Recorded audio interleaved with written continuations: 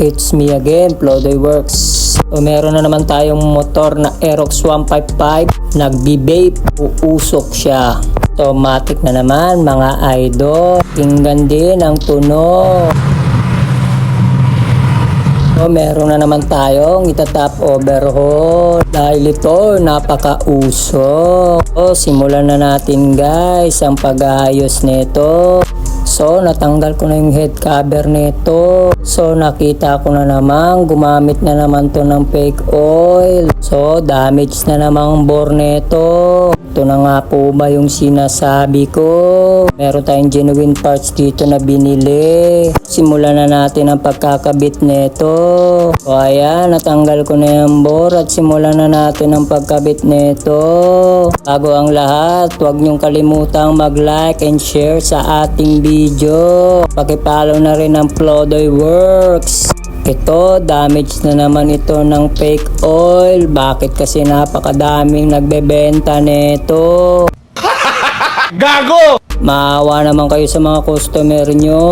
Ang mga nagbebenta ng fake oil, shoutout sa inyo. Ang galing nyo mga idol.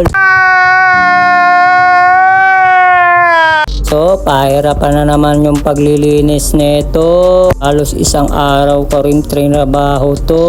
So, bago ang lahat, shoutout din ako sa mga sumusuporta sa akin hanggang ngayon. At buti na lang, hindi na damage yung crankshaft nito. At kung hindi, malaki-laki na namang gastusan to.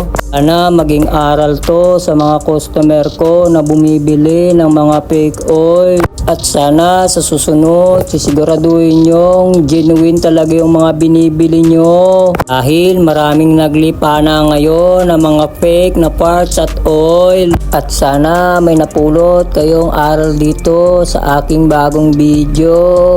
Matagal ding hindi ako nakapag-upload ng video dahil nasira yung cellphone ko. At doon sa mga customer na nangihingi ng sticker, paki-wait nyo lang at nagpagawa pa ako. Kinapos tayo ng budget kasi pinaayos ko yung cellphone ko. So ayan, patapos na tayo. Ikakabit na natin yung mga flarings nya.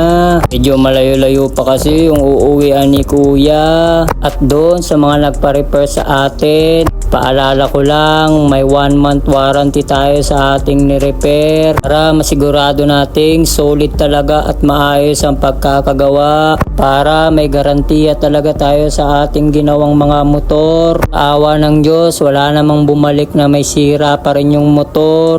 At kaya kung may paparepair kayo, just PM lang o pumunta kayo dito sa Yamaha 3A Shop dito sa Tandag, Bagong Lungsod. At sisiguraduhin natin 100% na maayos talaga yung motor mo at hindi ka na mangangamba. At kahit anong trouble ba yan, hanggat sa maaabot ng ating makakaya, ayusin natin yung mga problema mo sa motor. At pa-shoutout nga pala kabusing na nagtiwala sa atin ay paayos ang kanyang motor. Ayun, naisama na rin sa ating video at para ma-aware yung mga customer sa mga fake na oil.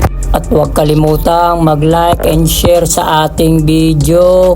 Pakipollow na rin ako sa Plodoy Works. So ayan, tapos na ang ating ginagawa. So abangan ang mga susunod nating mga video. At para marami kayong matutunan sa akin at malaman. So hanggang dito na lang. Ito na nga pala yung finished product.